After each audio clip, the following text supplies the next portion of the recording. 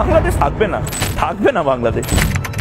বাংলাদেশ নিয়ে একের পর এক ভুয়া খবর ছড়িয়ে যাচ্ছে ভারতের কিছু মিডিয়া। এমন ভুয়া খবর প্রচারের নেপথ্যে ভারতের অন্তত ৪৯টি গণমাধ্যম কাজ করছে। এদের বেশিরভাগই ভুঁইফোড়, যার মধ্যে অন্যতম রিপাবলিক বাংলা আর সেই লম্ফজম্প সাংবাদিক। সাম্প্রতিক সময়ে ভারতীয় মিডিয়ার ছড়ানো ভুয়া তথ্য বাংলাদেশের জন্য উদ্বেগের কারণ হয়ে দাঁড়িয়েছে।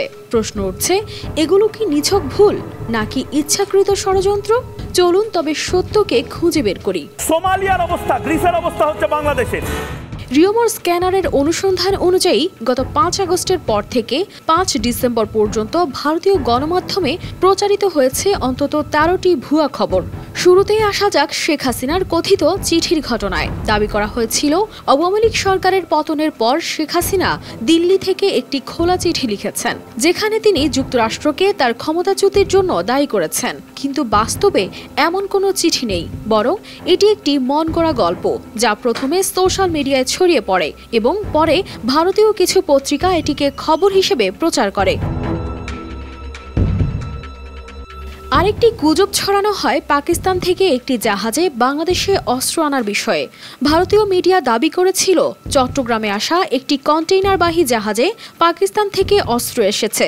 কিন্তু বাস্তবতা হলো, এটি একটি বাণিজ্যিক জাহাজ, যা শিল্পের কাঁচামাল ও পণ্য নিয়ে এসেছিল। Double million offer, Walton fridge কিনে পেতে পারেন ২০ লক্ষ টাকা, রয়েছে কোটি কোটি টাকার নিশ্চিত উপহার। হিন্দু মন্দিরে হামলার ভুয়া ভিডিওর কথাও উল্লেখযোগ্য।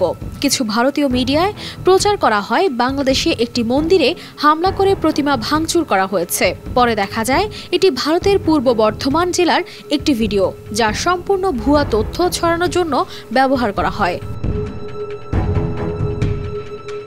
ডক্টর মোহাম্মদ ইউনুসকে নিয়ে ছড়ানো গুজবও কম নাটকীয় নয়। বলা হয়েছিল, তিনি নাকি বাংলাদেশ ছেড়ে ফ্রান্সে পালিয়ে গেছেন, অথচ তিনি এখনও বাংলাদেশে আছেন এবং তার কাজে নিয়োজিত। আরেকটি ভুয়া খবর প্রচারিত হয়েছিল বাংলাদেশি হিন্দু সম্প্রদায়ের উপর ব্যাপক হামলার বিষয়ে।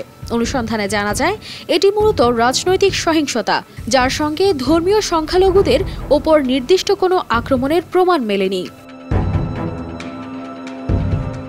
এসব ভুয়া খবর শুধু বাংলাদেশে বিভ্রান্তি সৃষ্টি করার চেষ্টা নয়, বরং দুই দেশের সম্পর্কে অবনতি ঘটানোর ষড়যন্ত্র হিসেবে দেখছেন আন্তর্জাতিক সম্পর্ক বিশ্লেষকরা।